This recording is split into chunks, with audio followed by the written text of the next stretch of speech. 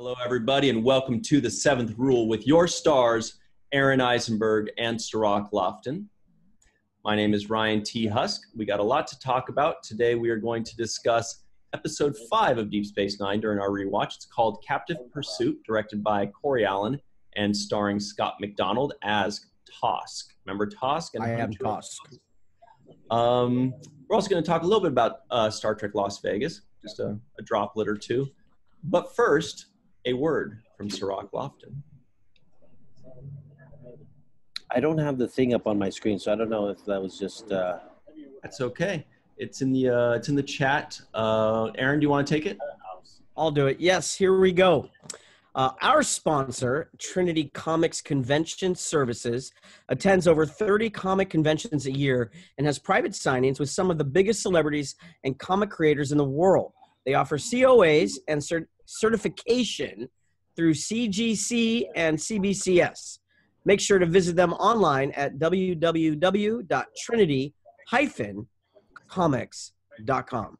And I should go ahead and take some time to put that information on our Facebook group and page, as well as on our Patreon page, and shout it out on our Twitter account. So I'll do that this week. I like this part of the show because then I can just relax and I can see my green can kind of blend in with the green screen. It's we can all see that, Ryan. We can all see that. But it's fun for me. Also, a quick note for those of you that are watching the video portion. For those of you that are watching or listening via audio, you're going to have to take our word for it. But I've got a picture here behind me of the whole Deep Space Nine crew. And everybody's looking great. Quark's in character, Kira, Odo's being stoic. O'Brien had some bad ham and cheese croissants. But somebody's being very naughty right behind me. Look at that. My favorite shot. That is good. What were you thinking at that point? Like, you know something nobody else knows right now? I don't know what I'm thinking, actually. I don't know where they caught me. I think they caught me mid-look. Oh, I love it. It's crazy. That's why you don't put your chin down on certain photos. I think you were trying to do blue steel. That's what I think. A little blue steel. I think that might have been. Oh yeah. This, and I think in that moment you thought this photo was about you, and you took it over. You commanded this photo. Anybody that looks at that is going to look at you first and foremost. No doubt. It almost looks like I'm resting my chin on top of Avery's head. You're getting ready to go. I don't know how they published that. Of all the photos they have, they said right? I mean, even outside of you, look at O'Brien. Somebody had to have said, "Look, we need a different one." Column is erect. Well, that's the first time I've seen that shot. So they have other ones. They're releasing these little by little to really diminish my. And even Sid looks like he's just like, okay, last one. Yeah. Last one. And Michael looks like, I hate photos. I hate photos. So he's in character. He's in character. He's in character. I think Sid and Colin are both looking at the same assistant to the right, camera right of the photographer. They are both looking there. Yeah. Everyone else is looking at the photographer. Colum is having serious digestive issues. There's like he had like some bad split pea soup that morning or something. It's just like something's about to give. Almost like he's saying, "Say that again." Would you say that again? All right. So sorry, I just had to share that when I saw this picture because it's glorious. Even though this is like the 5th or 6th season instead of the 1st season. But what we watched during our rewatch, and by the way, I know I keep saying this, but I am just really, really enjoying this rewatch. Like, these episodes are so Star Trek. They're so good. They're so like for a fan that's already known, all the shows and all the episodes, it's really cool to just go back and soak in the early weeks and the early months of that new series, Deep Space Nine, which I think is the best written, and just see how they're creating Star Trek episodes in like a completely different arena, on a space station rather than on a ship out exploring. And this one was no different. Aron, give us your thoughts on Captive Pursuit, directed by Corey Allen and starring Scott McDonald as Tusk. Yeah, it was very enjoyable. It was very Star Trek-ish, if you will. You know, I would assume one of the, trying to think about our previous episodes, a Prime Directive issue in this episode and how they want to deal with it. And you watch Sisko struggle with his ethics and morality and what he opposes by this this hunt for a sentient, did I say that right? Sentient being, and wants to stop that from happening, but being held back by the Prime Directive. You also see the result at the end of that episode of both him and O'Brien somewhat getting around that Prime Directive or completely ignoring it to some degree. And then I was thinking that's a nice foreshadowing of what's to come. And I think that's up for a good conversation and a good debate about this episode as the groundwork it's beginning to lay. And I wonder if Michael Piller, who was one of the co-writers on this episode, I wonder if they already had an idea of where they were going to go by, you know, hey, we want to drop these little things because we know where we want to go, or were they just, you know, riding off the seat of their pants, you know, what do going, you mean hey, by where they want to go? So, you know, Sisko, I'm assuming if my memory is correct, you know, Sisko does a lot of questionable things as a leader, right? I mean, you can even go so far as to in the Pale Moonlight. So with him on the 5th episode, him and O'Brien breaking the Prime Directive and getting involved right away, is that showing, you know, oh, we've got a commander at the moment who will eventually be captain, who's really going to, you know, really push the limits of what he should do versus what he's supposed to do, and what have you, you know. Same with O'Brien. You know, it's interesting that they made that choice so quickly. You know, at first Sisko was like, hey, we're going to give him back. He needs to go do what he's going to do. We can't be involved. But then they, you know, break the rules, so to speak, or not break, change the rules that you hear from Quark's advice. They're willing to play ball. Yeah. So I got a couple more questions to follow up on that, but before we do, I just really quick want to touch on Star Trek Las Vegas, because we were talking about that before recording. We're planning on having designs and logos and merchandise to sell and give away for a small fee. just a little one. And you guys are both going, right? Aaron, are you going to be there all the days, or what days? I will be there Wednesday through Sunday. Nice.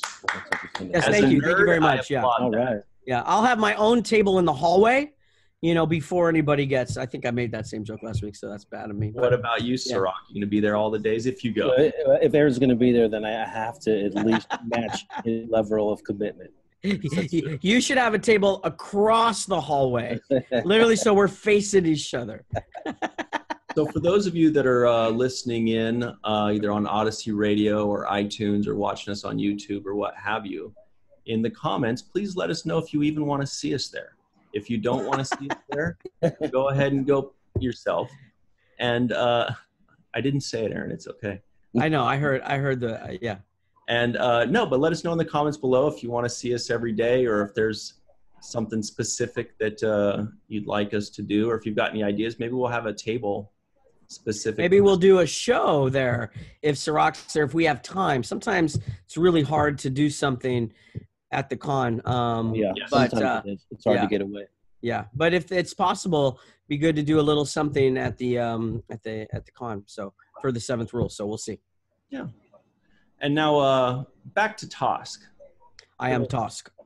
Good old Tusk. Did you guys notice a little something about O'Brien? Because I've heard this in the past, and upon rewatching, it's true. O'Brien is kind of the bigot of the show. Like I remember in the past, he's racist against Cardassians. He's always calling them Cardies.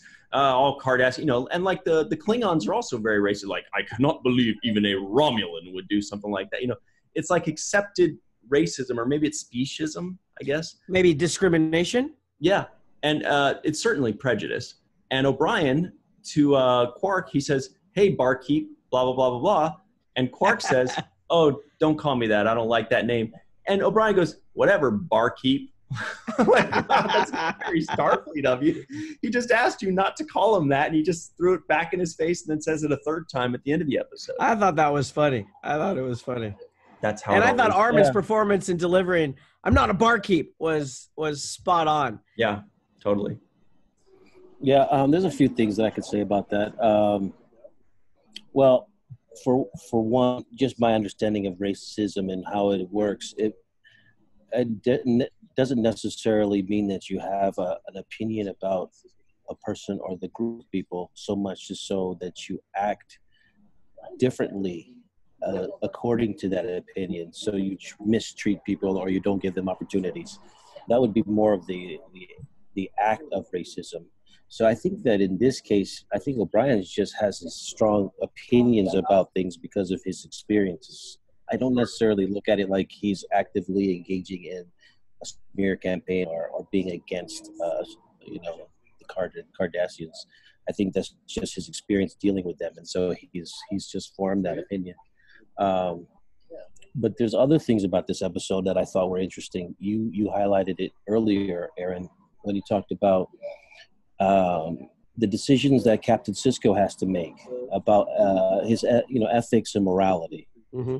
And one of the big things I think that distinguishes this show, which I kept talking about during our analysis of Discovery, and I felt that Discovery didn't bring enough morality issues into the fold, and their stories played out in sequences of action, sequences of these little dramas, beefs or dramas and relationships, but not so much as morality and what is the moral thing to do, what is the right and wrong. And I think Deep Space Nine really attacks those things head on.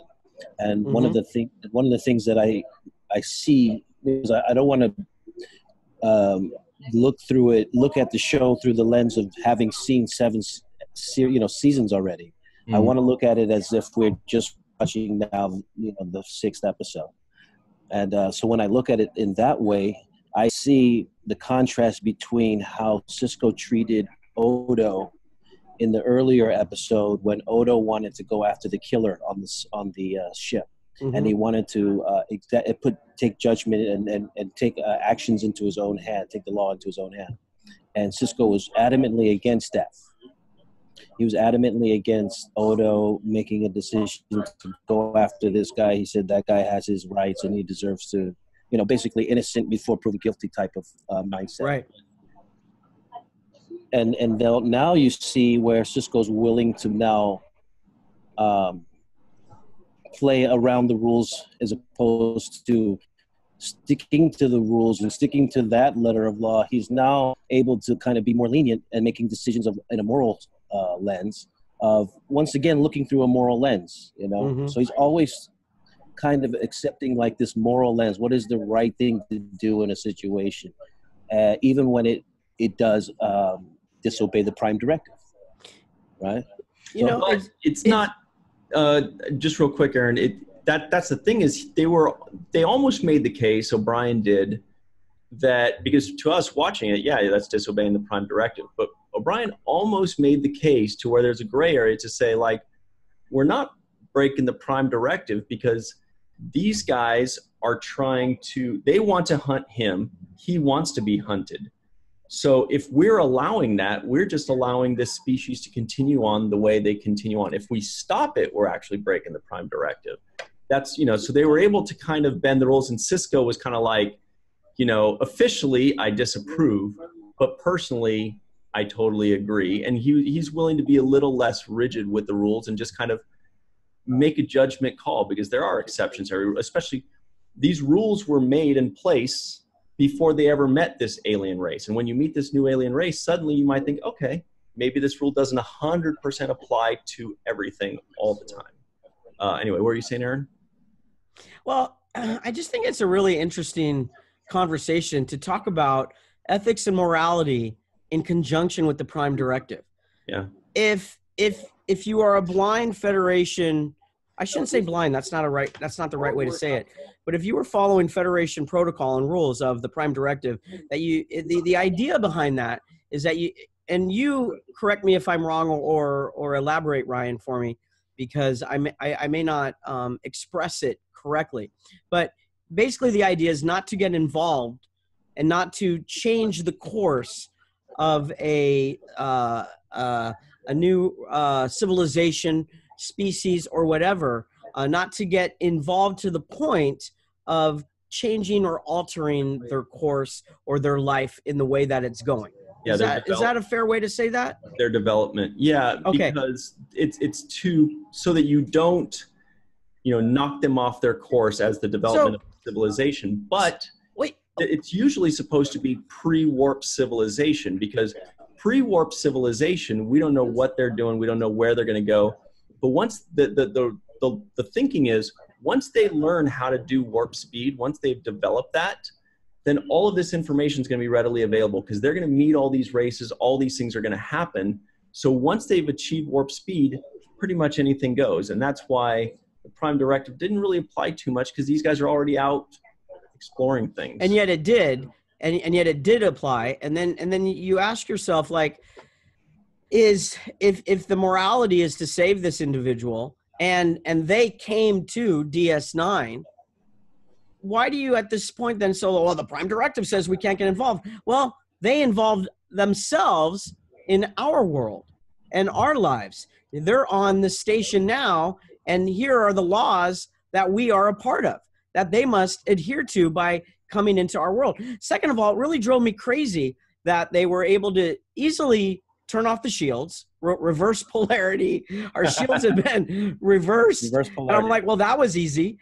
And then beam on, and then they've got this magic shield. None of your phasers move it up to level 6. Still doesn't happen. Couple of them knocked down, but they get right back up. And then they have this huge explosion to get through the brig. He gets in there, and then Sisko and O'Brien are just standing behind him, going, hey, what's up, dude? Watching them have a talk. That really drove me crazy. No guns. No guns at all. Yeah. It wasn't honest. They just, if you look at it from Sisko's point of view, he has no idea who these people are, who just basically attacked the station, beamed on, started shooting, hightail, all over the place, and they're all hiding, shooting phasers back. It's gunfight, to high noon at the gunfight at the OK Corral, and then everybody's like, oh, okay, I guess it's over. Meanwhile, there's a giant explosion, and then we're going to talk privately, and then they're hunting this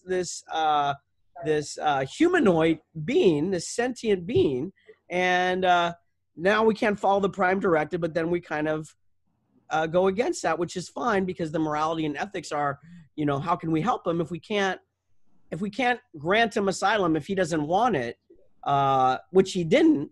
And that's the other thing. Sorry, I'm going to trail off on this. Why isn't it like, well, that's what Tusk wants, so give him what he wants?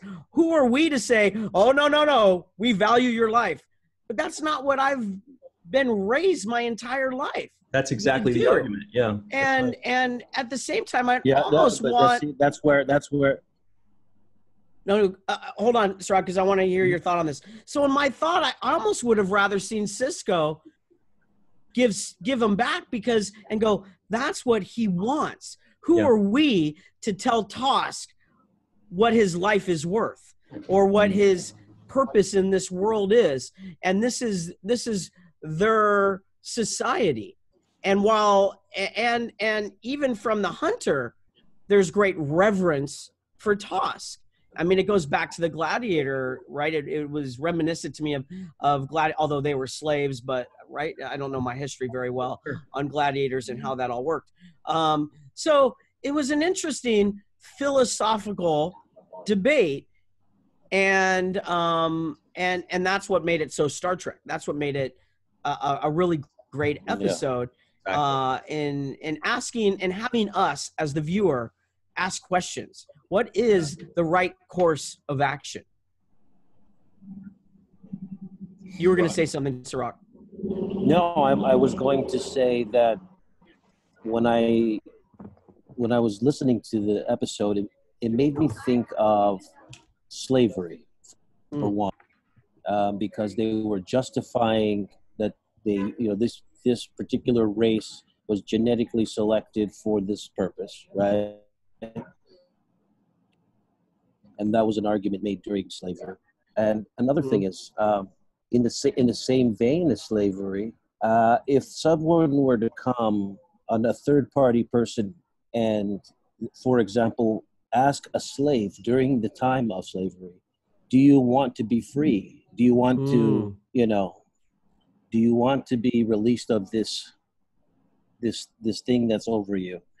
Maybe they wouldn't openly say it because of the conditioning that they've had and because of either the fears or pressure of what that means around the people they're saying it in front of.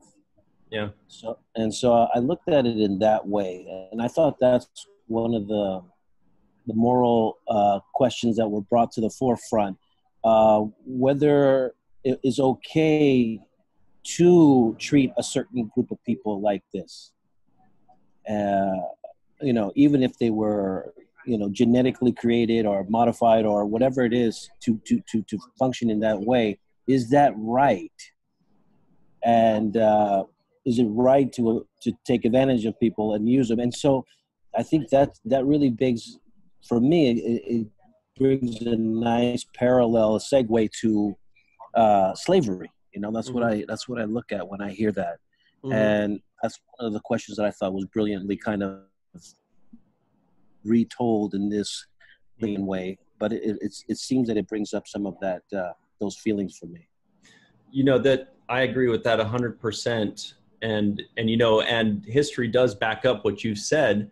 There's obviously stories, from 150 years ago when, think of it this way. If you've been a slave for 35 years of your life, your entire life, you're fed, you're sheltered, you're told what to do.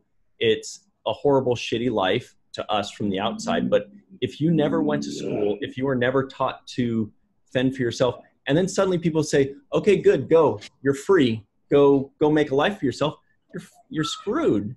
You're like, what? Well, I don't know how to do that because I was never taught to. I was never even allowed to.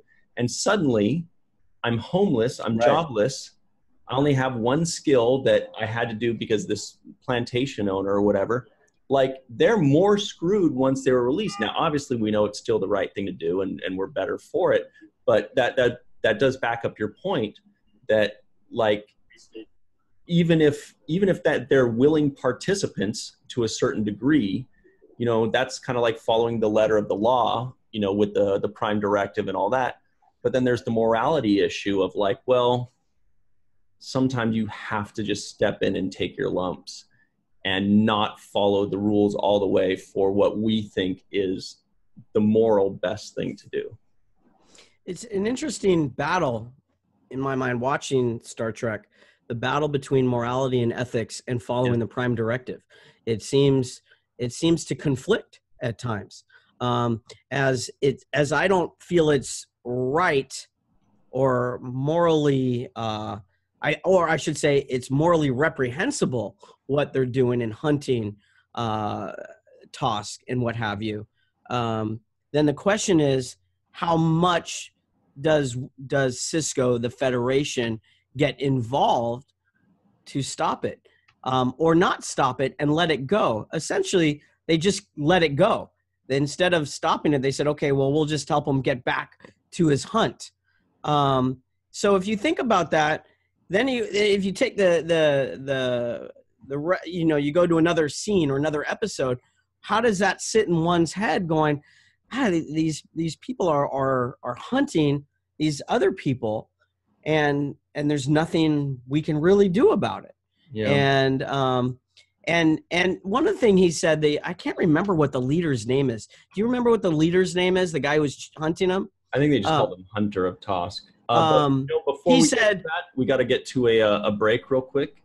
So I'll talk back to what the leader said. I thought that was exactly. And I also want to cover, we got 5 seconds here. I want to cover how this episode compared to the previous 4 episodes and what the fans thought of it. You may be surprised. We'll be right back on the 7th Rule. Hello, everybody. Welcome back to The Seventh Rule with your stars, Cirroc Lofton, Aron Eisenberg. My name is Ryan T. Husk, and we're going to pick up right where we left off. Why you laughed as soon as I mentioned my name, Aron? No, it was how much energy you brought into the second half of the show. Usually you're like, hey, this is Ryan T. Husk. I'm here for The Seventh Rule with my good buddy Cirroc Lofton. And this time you're like, hey, welcome back. And I was like, whoa, right. I want to get right back to what you were talking about. I was excited, and then I had to interrupt you, so I just want to That's all right. So one of the things that and we can relate this to what Cirroc brought up in the previous installment just a few minutes ago, connecting it to slavery.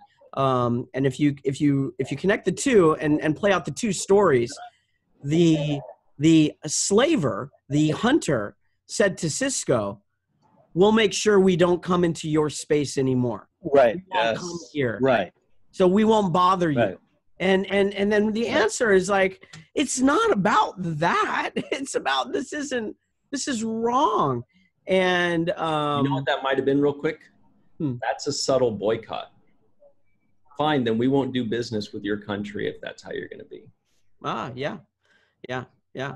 Or, imagine, one state to the next. Oh, I'm sorry. We'll make sure you don't see this kind of stuff anymore. And is that what it is? Oh, good. So now I don't have to see it. Obviously, I don't think Sisko thinks like that. I don't have to see it. But at the same time, you can't go, well, we're going to go and take our army and go all the way over across into the Gamma Quadrant, find you and change your whole world and change your whole world of thinking. Right. So it's an interesting problem. How do you, and we see it in our own world. How do we help, or if we see something that's wrong in another country that's morally reprehensible, abhorrent, did I say that right? But we can't just necessarily go into every country and change all the morals and stuff that we see, that the immorality that we see, right? So it's an interesting problem, and you still see it here on Star Trek. And the Prime Directive is supposed to be that guide, yet is oftentimes in conflict with what really is the right thing to do. So how does a Starfleet officer navigate through that? And I'm sure we'll see that for the next 6 seasons, as well as people have seen it on TNG, or we've watched on Discovery with the different leaders. How do you, and is there ever really a punishment for breaking the Prime Directive? I feel like it probably happens all the time. Oh, you broke the Prime Directive again. And I'm going to finish with this thought. If you think of it in a philosophical way, breaking the Prime Directive could be fate's way of taking the course wherever that species or wherever that civilization needed to go anyway. So why is it that we think, or in Starfleet, breaking the Prime Directive is so wrong? Because maybe that action, whatever it might have been, towards that civilization is what truly needed to happen or not needed to happen, whether it's the demise or the progression of that civilization. It just is. Except in the sense, you know what I'm saying? Does that make sense? It does, but not to foreshadow what's going to happen, but it's interesting what you said. You said, what happens when you leave it alone and you walk away from it? And what's interesting to me is that this character is basically the prequel to the Jem'Hadar. He looks like a Jem'Hadar, as a matter of fact. Yeah. Right? They're connected. They're connected. They're connected in some kind of way. They have the same kind of features. What's interesting is that the Jem'Hadar are also a genetically kind of created race. That's right, they are. That is designed to execute in a certain way, one function, right? Mm-hmm. And so that is the answer. We have to deal with the likes of the Jem'Hadar if we let these kinds of things go unchecked by following the Prime Directive. Do you see what I mean? Absolutely. But what would have happened if, what would it look like, or what would have been the result of absolutely breaking the Prime Directive and stopping, or trying, I should say, going to stop this from happening? would have led to war, right? So before we even got to the Dominion War. So is that the right choice also? So that's what's such an interesting conversation. The choices we make have results positive and negative. The prime directive prevents people from making choices based on what the idea is that we can't interfere. But isn't that interference part of the progression, or wherever that action takes towards that civilization or that species, just part of the timeline anyway? You see what I'm saying? Like, we see something happening across the street. Somebody's doing something that's dangerous or we don't like. We can choose to either engage, or we could say, nope, we just got to let it run its course. We're not here to jump in. We're here to observe and whatever that might be. If one chooses to engage, then that's going to have repercussions, positive and or negative. One might actually save or have a positive result, where the perpetrating person that is doing the negative is taken away, the one is saved. If we do nothing, then maybe the other one ends up in the hospital or dead, or something stolen, looking in a crime situation. If you get involved, you might end up with a negative result, or it could be positive, right? It's just, I guess I'm just thinking totally philosophical, and there's no answer to the question. Where do you break the prime directive? Where do you not? It's just an interesting conflict. It's a very interesting conflict to me. Where do you engage, and where do you make it so? And I think that is what our leadership, those are the choices our leaders and leadership in general faces all the time. The lines to cross, how far to cross them, and, you know, where they should be drawn. So I think it just, like I said, it adds a layer of depth to Sisko's character and the thought process that he goes through to have to face these challenges and these decision making. You know, you talk about two people across the street getting into it and getting involved. If that is the case, let's say you go there to break up a fight, you could break up the fight and let the two people walk their separate ways, and that's true. That's a far enough, perhaps. Or you can engage in taking one person who you think is the violent one and take them out completely, and now start to be violent towards them. And what if you were wrong? What if you misunderstood who? Exactly. Right. Yeah. Right. So that like what they kind of did in this episode. So those are the questions. Yeah. So what really? Oh, go ahead, Ryan. Sorry. I was just going to say, they thought that they were doing the moral play and saving this guy, but what they didn't realize is the guy didn't want to be saved. Right. The other guys didn't want him to be saved. Nobody the Federation kind of stuck its nose in somebody else's business, when in this case, it wasn't actually a good thing. But I'll tell you where the Prime Directive kind of comes from to better understand it. And they covered it pretty well in an episode called First Contact, one of my favorite ones on The Next Generation. There's also an episode called that. It was written by Mark Scott Zickrey, who also wrote Beyond the Stars. So that's a couple good ones he's written there. Mm-hmm. But what it is Riker is a Malkorian, and what he is he's learning about this new race called the Malkorians by pretending to be one of them and observing and whatever, right? Because that's what they do. They want to observe these races without getting in the way, of the natural flow and the natural evolution.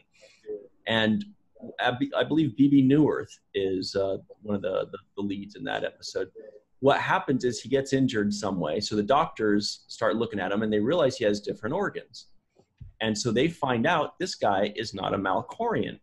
So now they're faced with, do we let the world know, holy crap, there are other alien species out in the world, before they're ready to say that? They don't have warp speed. They don't know that aliens exist at all. And now the government is like, the scientist lady, B.B. Newirth, is saying, wait, if our society finds out that there are aliens among us, there's going to be bedlam. There's going to be anarchy. People are going to be freaking out. We have religious societies. They're not going to know what's going to happen. They're going to go ballistic. So they figure we should continue to keep it a secret, not break the Prime Directive, because our society is not ready for this yet. We don't want anarchy. We don't want riots in the streets. We don't want our entire civilization to break down.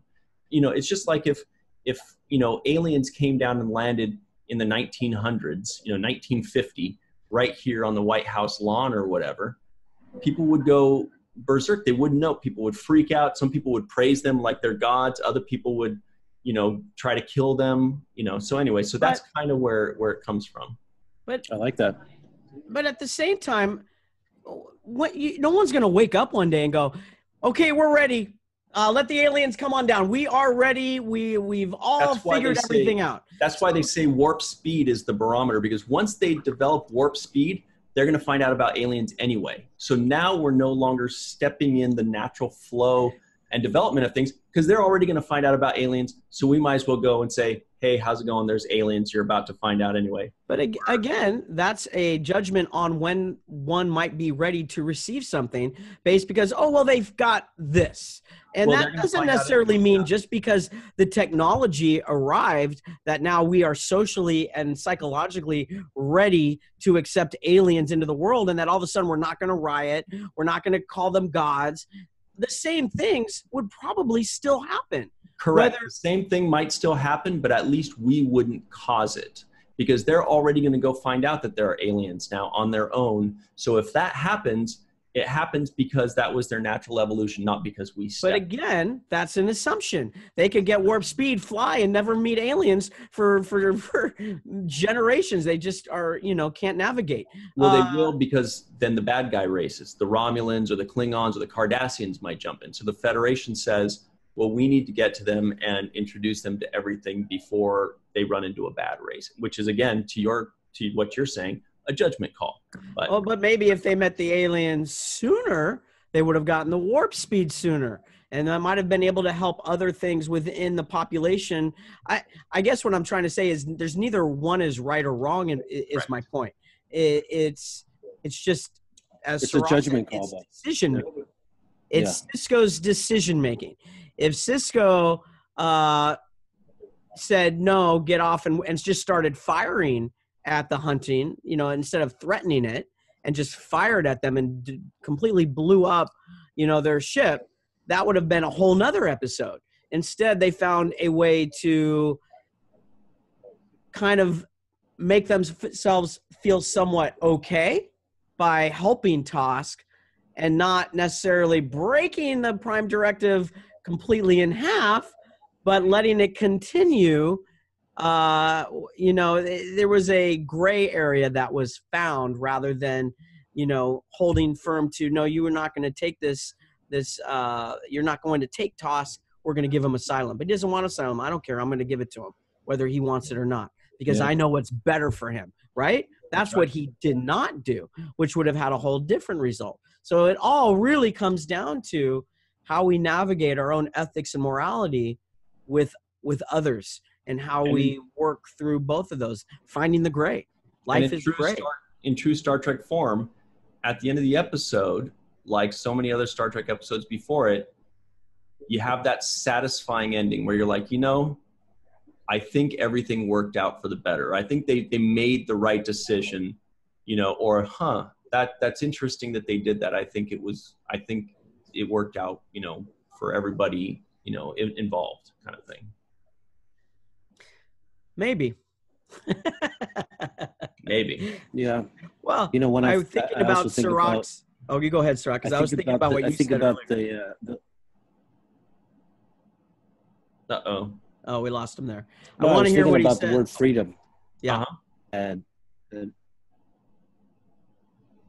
you hear me? Yeah, we can. Now I can. Yeah, I was thinking about the word freedom, and what. Oh, you can hear me. Okay, I was thinking about the word freedom, and one of the main things I think about when I think of freedom is choice. That's right. And having choices, options. And so I feel like what Sisko does do is give him a choice, which he didn't have before. Whether he chose to do one thing or another, the option of choice was never there before until his encounter on Deep Space Nine. Topic that the writers play around with. So many layers of thought that are involved with, you know, the way they introduce subject matter, but they really talk about these issues in these subtle ways. And I think choice is one of them.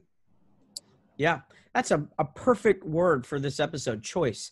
Freedom equals choice. Yeah, And freedom is basically... That's good leadership, right? That's great leadership. Yeah, freedom is basically you have a choice and you have a voice, you know?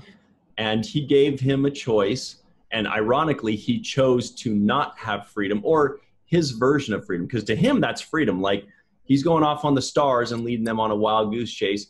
And you couldn't help but notice a little parallel with Tosk and Klingons, because Klingons' number one mission in life is to die with honor as well.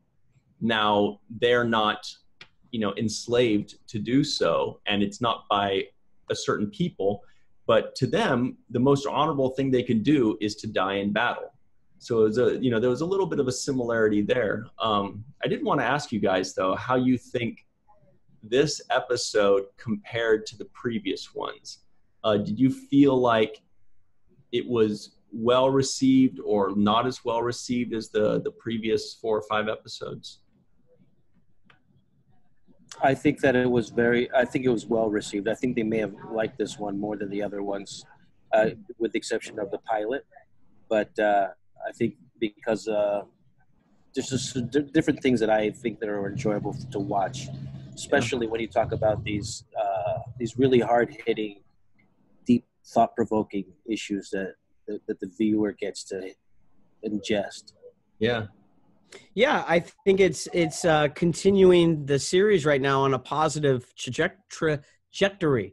And I remember the complaints that the first 2 seasons, people roll their eyes on, and I keep watching each episode. I'm like, I feel like they really missed something, because there's good ideas here. There's good questions that are being asked. It's very Star Trek. And I was reading over the Memory Alpha on fandom.com, and this is Colomini's favorite episode from the first season. Rick Berman, it was his favorite show of the first half dozen for all the obvious reasons, it says. And Michael Piller also commented this is one of his favorite episodes of really? And that's cool.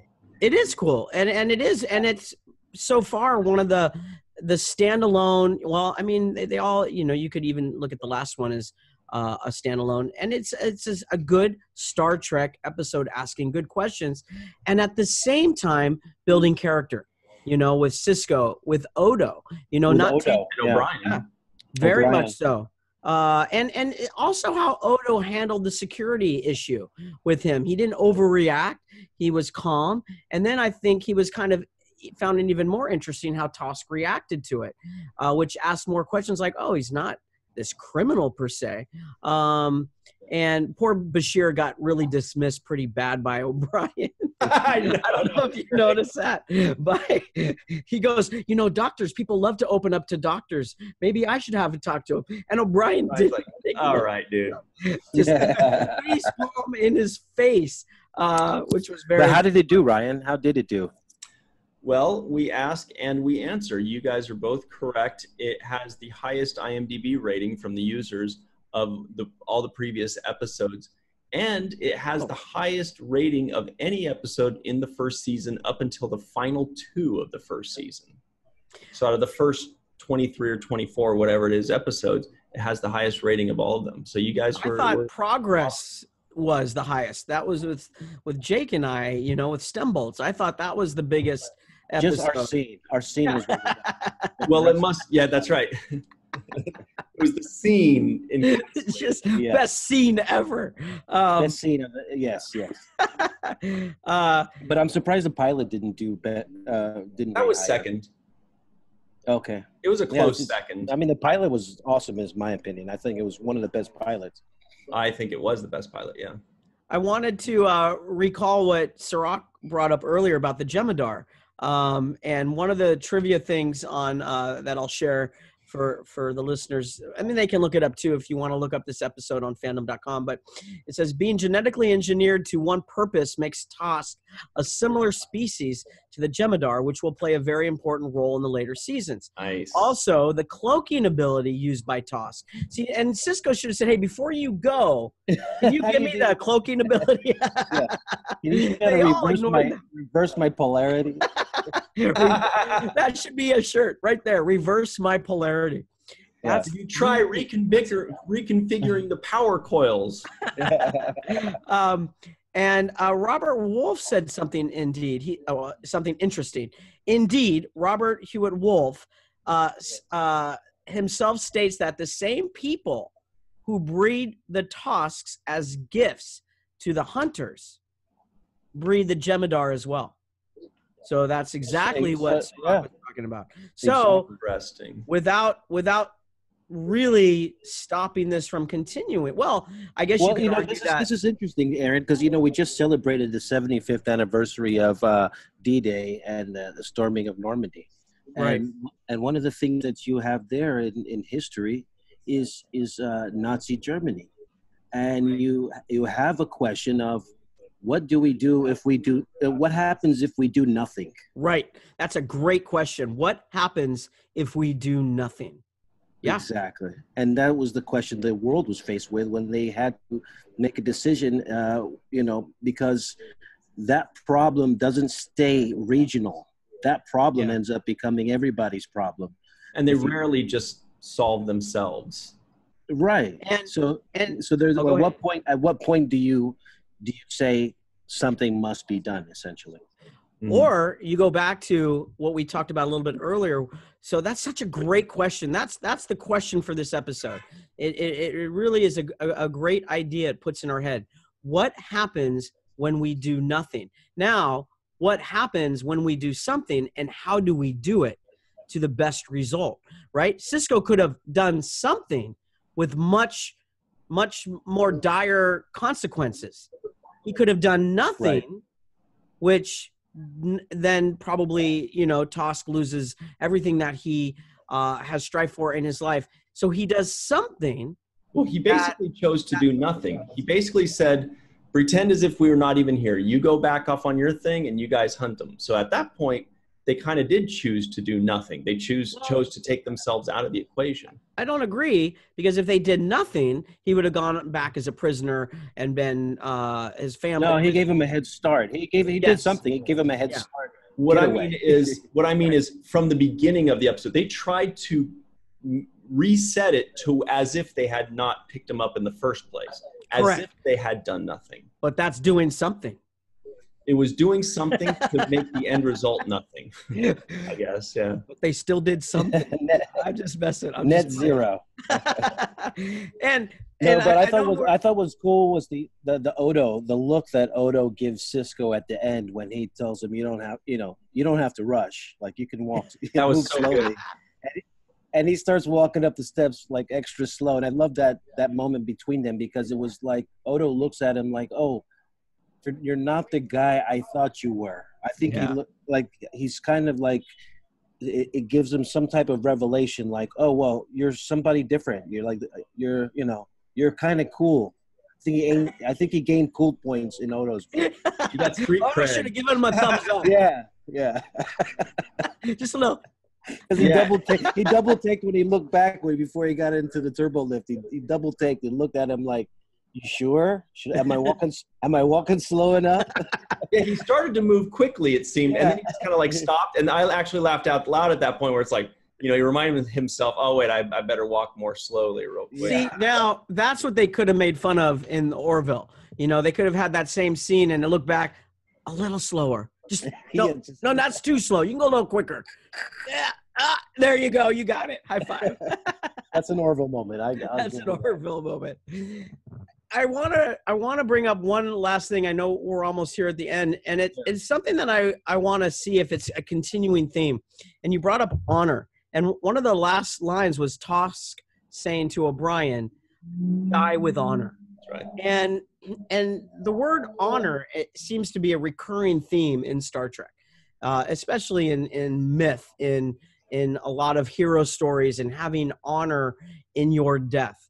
And if you take that, I think, in a subtext way, as we all will eventually meet our demise, what does that truly mean to die with honor on an ethical sense, on a morality sense, on how you lived your life? You know, you have Klingons who come from a very, very primal, you fight with everything and you die with honor, and today is a good day to die, right? It's very easy to tap in to what that appears to mean for them. But if Tosk says it to O'Brien, die with honor, how does O'Brien take that, and what does that mean for a human, for a Starfleet officer to die with honor? What attributes, what qualities in a human being allows one to die with honor?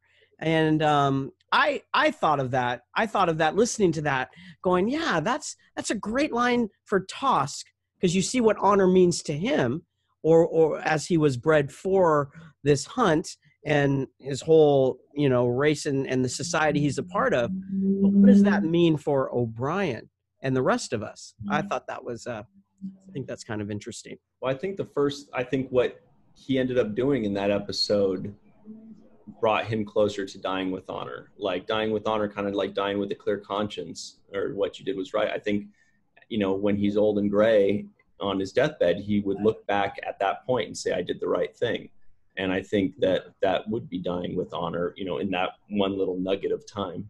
So again, Star Trek posing more questions for us as viewers.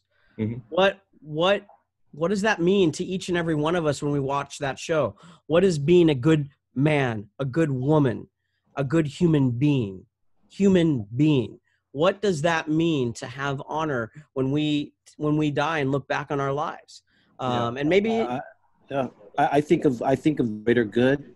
I think of standing on your principles, and I also think of not being cowardly and being true to yourself. Mm-hmm. Those are the things that I think of when I think of honor and dying with honor. Mm-hmm. It's interesting, though. We always think of, when we hear honor, we immediately think Klingons. And I like that I love that Tosk said that to O'Brien. Well, and today, I mean, outside of Star Trek, I think of soldiers. Mm-hmm. When I think of honor, I think of the military and I think of soldiers. So, they've signed up for something. They're doing it for the greater good, and they're being true to themselves and what they've agreed to do instead, fight for, and the principle of what they're fighting for. I think of those things when I think of honor. But maybe that doesn't mean it's right or wrong, or there's no. Right of it. I just said that's what I think each person believes from themselves, the individual. And I was not going to say right or wrong on that. I was just taking from this. I'm like, we don't often attribute that word to us very often, to our own personal lives. And for me, I took that like, yeah, what is dying with honor?